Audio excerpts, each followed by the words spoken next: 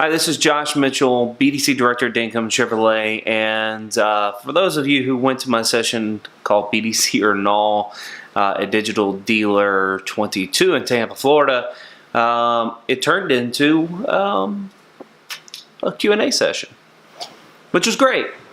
I love the content when you have a Q&A because it allows the audience to get everything that they want. But I didn't get to my actual presentation, maybe like 5 minutes, maybe 5 minutes of that, and then the rest of it was just went down this whole path, which was beautiful. I loved it. So we're gonna do like a 5-video series. This is series number 1 for it, and I got a question from Jake Davis, which was in my session. Jake I got to spend a lot of time with, enjoyed that. But Jake said, one topic that he'd love to hear about more is the process with the transitioning from BDC to sales team, and how do you get tremendous buy-in. Hot topic. That's a hard one, and I'm going to hit it up for the first video of the series. In order for you to get this buy-in, to this, you have to understand that the sales team and the BDC, it's one team. There is no division.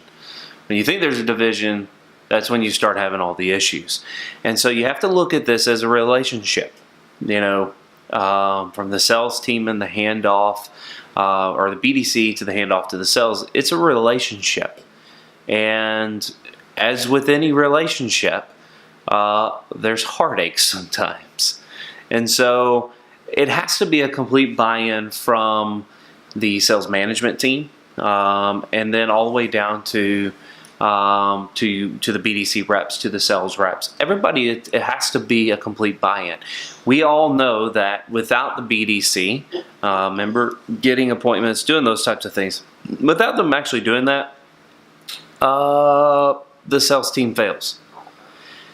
And it goes hand in hand with that also. If the sales team royally screws up the sale, the BDC fails. And so without each other, we fail.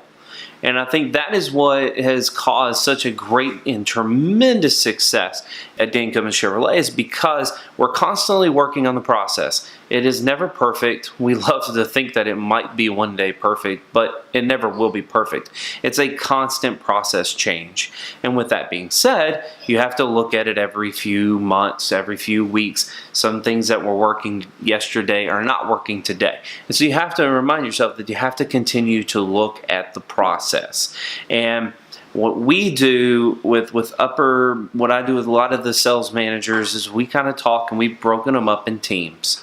And so each member of our sales management team has a sales team, and they also have 2 BDC reps that kind of feed. I know it's a bad word, car business, feeding a salesman. But that BDC rep has their sales team that they can feed off of. And so when they need help, they call one of their salesmen. And we usually have with text rings going on that, if they need somebody, they just text the group message, and whoever comes back first.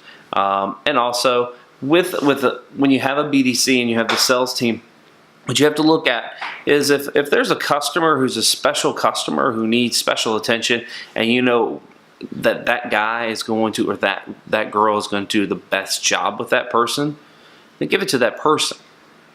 You can't, I understand not playing favorites, but if a customer is a certain way, let's get it over there to them, because that's just going to be the best thing for the customer.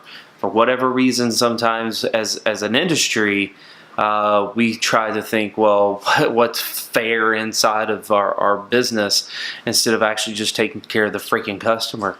And my opinion is, take care of the freaking customer, and if feelings get hurt, they can get over it.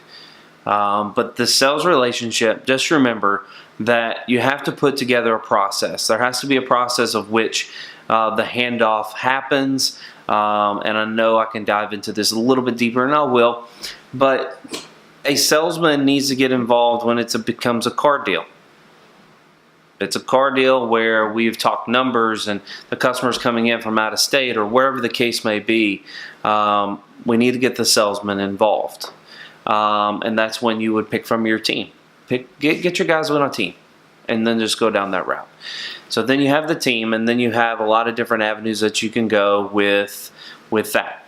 And if you need pictures, if you need a video's good.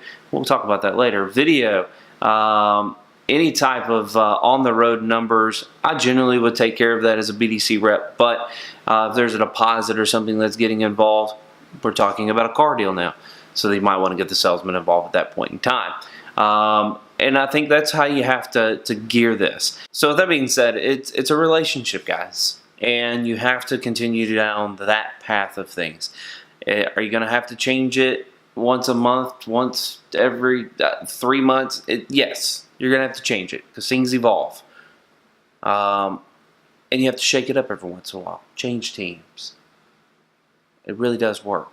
It kind of gets a different dynamic going when one team has, you know, a powerhouse BDC member, the other one's got the powerhouse sales guy. Shake it up, move it around.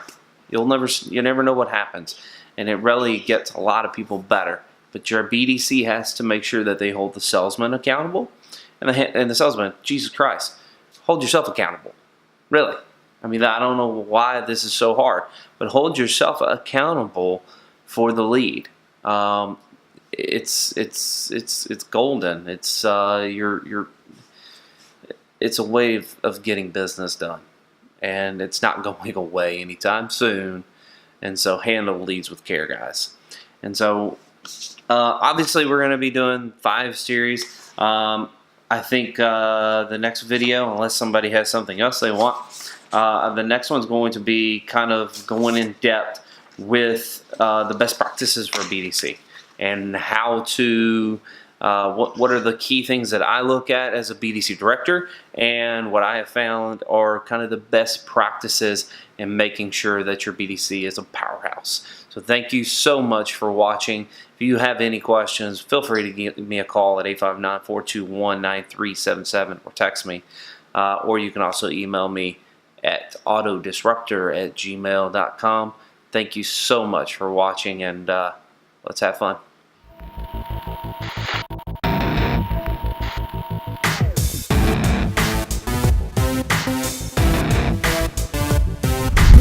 Might be vaping right there to say it.